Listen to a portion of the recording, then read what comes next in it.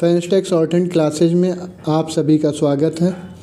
यह डिक्टेशन विभिन्न प्रतियोगी परीक्षाओं को ध्यान में रखते हुए 80 वर्ड पर मिनट की स्पीड से 5 मिनट की रिकॉर्ड की गई। आप सभी लोग तैयार हो जाएं, डिक्टेशन स्टार्ट होगी 5 सेकंड बाद।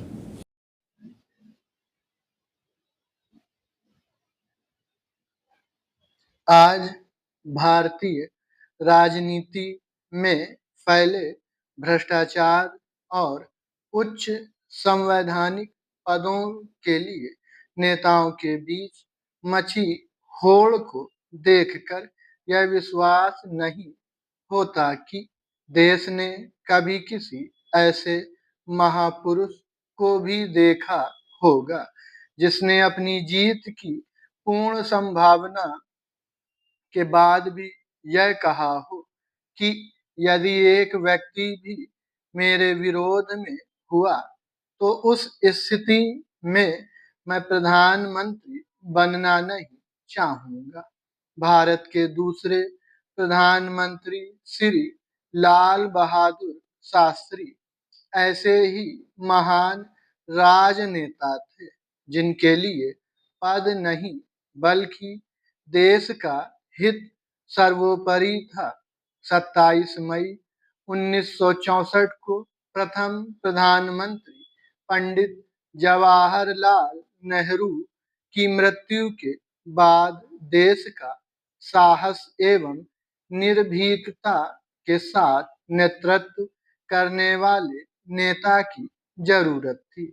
जब प्रधानमंत्री पद के दावेदार के रूप में मोरारजी देसाई और जगजीवन राम जैसे नेता सामने आए तो इस पद की गरिमा और प्रजातांत्रिक मूल्यों को देखते हुए शास्त्री जी ने चुनाव में भाग लेने से स्पष्ट इनकार कर दिया। अंततः कांग्रेस के तत्कालीन अध्यक्ष कामराज ने कांग्रेस की एक बैठक बुलाई जिसमें शास्त्री जी को समर्थन देने की बात की गई और 2 जून 1964 को कांग्रेस से संसदीय दल ने सर्वसम्मति से उन्हें अपना नेता स्वीकार किया। इस तरह 9 जून 1964 को लाल बहादुर शास्त्री देश के दूसरे प्रधानमंत्री बनाए गए। लाल बहादुर शास्त्री का जन्म 2 अक्टूबर 1904 को उत्तर प्रदेश के बनारस जिले में स्थित मुगल सराय नामक गांव में हुआ था। उनके पिता श्री शारदा प्रसाद एक शिक्षक थे जो शास्त्री जी के जन्म के केवल 1.5 वर्ष बाद स्वर्ग सिधार गए। उसके बाद उनकी मां राम दुलारी देवी उनको लेकर अपने मायके मिर्जापुर चली गईं।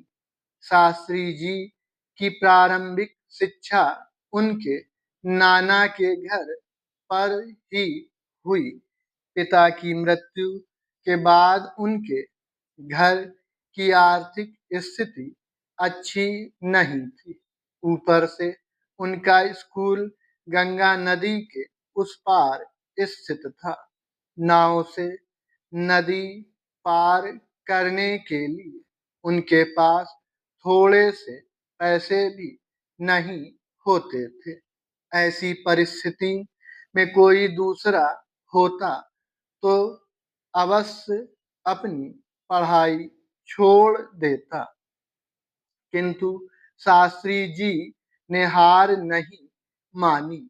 वे स्कूल जाने के लिए तैरकर गंगा नदी पार करते थे। इस तरह कठिनाइयों से लड़ते हुए 6ठी कक्षा उत्तीर्ण करने के बाद आगे की पढ़ाई के लिए वे अपने मौसा के पास चले गए। वहां से उनकी पढ़ाई हरिश्चंद्र हाई स्कूल तथा काशी विद्यापीठ में हुई। वर्ष 1920 में गांधी जी के असहयोग आंदोलन में भाग लेने के लिए उन्होंने अपनी पढ़ाई छोड़ दी, किंतु बाद में उन्हीं की प्रेरणा से उन्होंने काशी विद्यापीठ में प्रवेश लिया और वहां से वर्ष 1925 में शास्त्री की उपाधि प्राप्त की। स्टॉप।